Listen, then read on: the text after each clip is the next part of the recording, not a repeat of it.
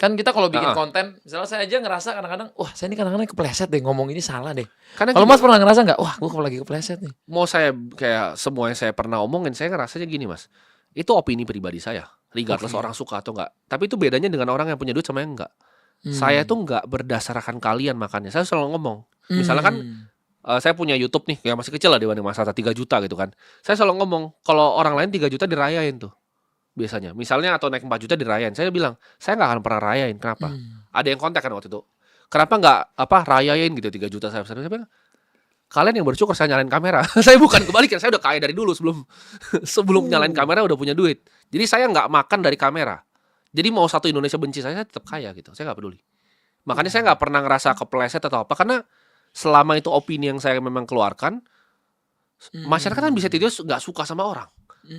Kayak orang lagi bencananya bisa tidur orang nggak suka sama satu orang. Karena kenapa mereka pikirnya kita nggak tahu.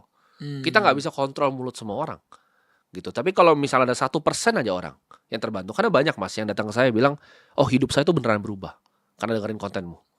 Itu menurut saya udah lebih dari cukup. Misalnya Mas Atta bikin kayak gini, ada yang bilang, oh karena nonton podcast Mas Atta hidup saya berubah, apa nggak seneng gitu kan. Jadi saya nggak gitu peduli sih orang mau ngomong apa. Oke, itu mental yang dibutuhkan tuh. Iya. Tanggapin atau nggak tanggapin suatu masalah itu nggak masalah gitu. Pilihan orang dan opini orang, balik lagi. Saya di sini berbeda. Saya bilang saya bukan orang entertain. Saya nggak datang dari dunia entertainment. Saya nggak peduli view. Saya nggak peduli di cancel satu Indonesia. Selama saya rasa saya bermanfaat untuk orang, saya lakukan terus. Gitu. Wah. Dan menurut saya orang seperti Mas Atta dan influencer lain harusnya begitu. Jadi jangan takut sama